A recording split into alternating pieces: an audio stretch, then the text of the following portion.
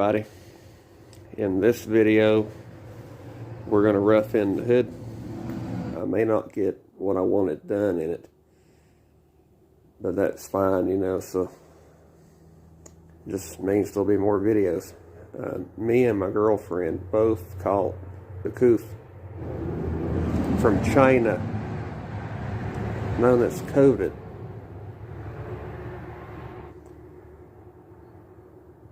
I hadn't felt the best this week.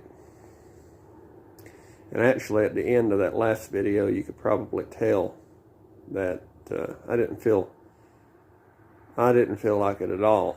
But I finished the video. Have to get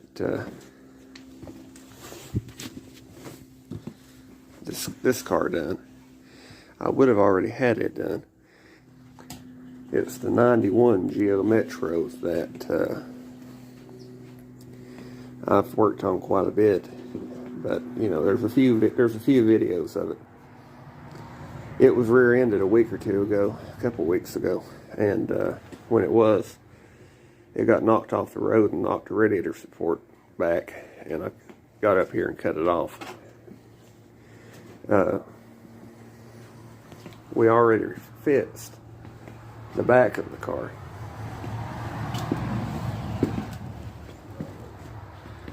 You can kind of see I had to change the hatch and the bumper and the tail lights. It just creamed it. Didn't show much of that. I think there's a little bit in my short series of it, but you know, it wasn't a perfect car to begin with, but it definitely didn't help it any. You can see it even kinked the roof a little bit. I mean, it got rear-ended so hard that it bent the roof. But we got that part back where it's all right. So for a few minutes, we're going to go up the hill, and I'm going to take that Sawzall and cut a radiator support out of another car. I hope you guys enjoy it, and I apologize to the ones that just wanted to see Chevelle stuff. As soon as this gets done, I can get right back on that. So,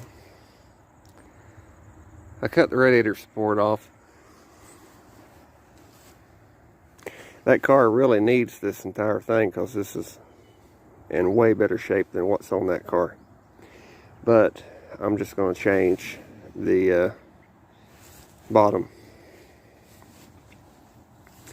I got to drill out 5,000 spot welds.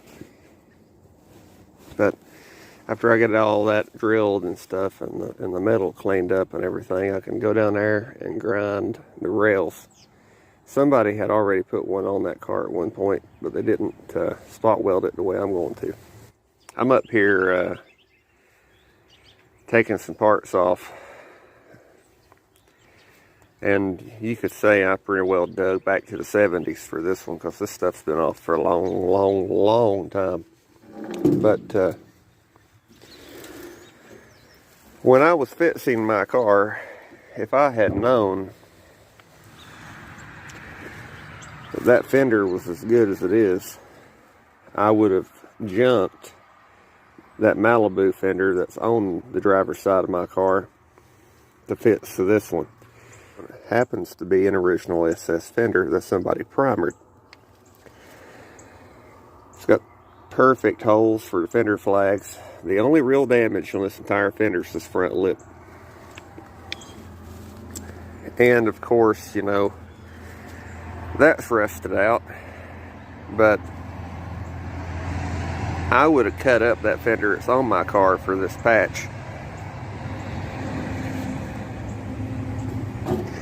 You know why?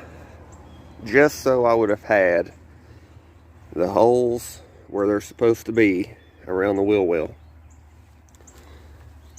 And these.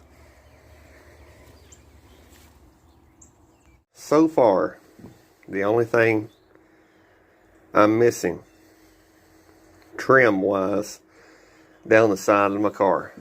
I came up with a set of original Super Sport script for the quarters. I have a set of fender flags.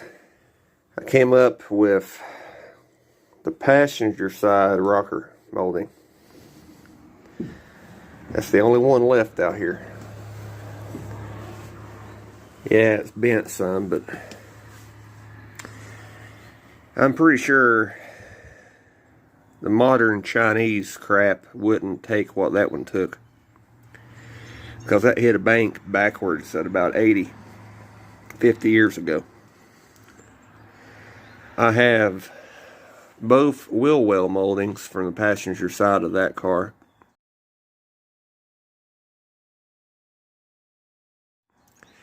And the driver's side front one off of that fender.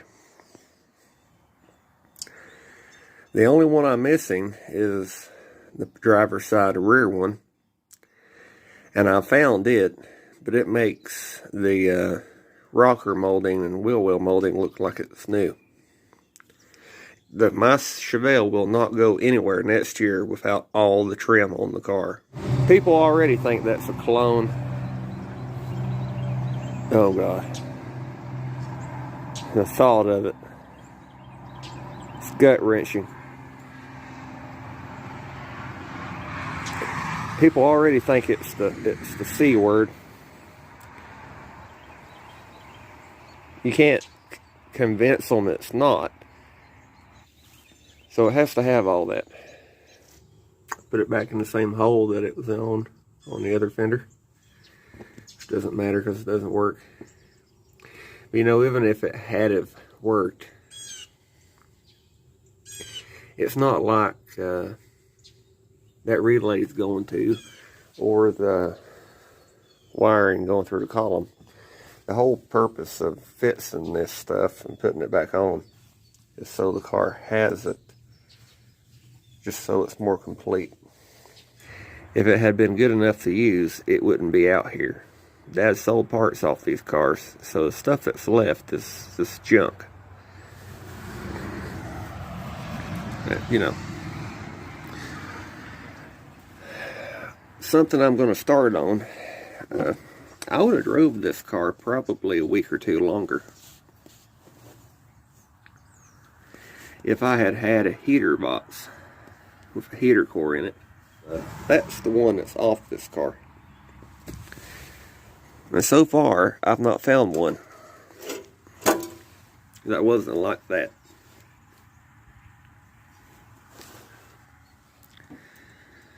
So I'm going to take that box apart and wire brush it, and then paint it with something on the inside and outside.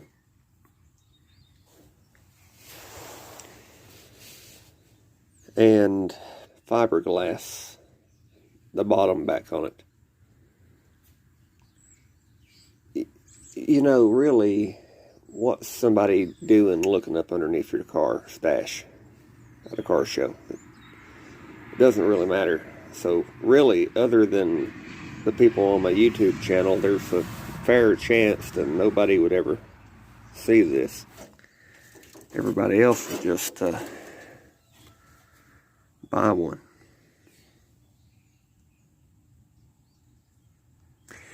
Which I would too, if people wasn't trying to get $200 for a, you know, heater box for one of these. Nobody cares about the factory heater boxes. I can't think of anybody lately that's actually tried to put one back. It's just, everybody gets this vintage air stuff, and all I'm trying to do is keep cold air from hitting me going down the road.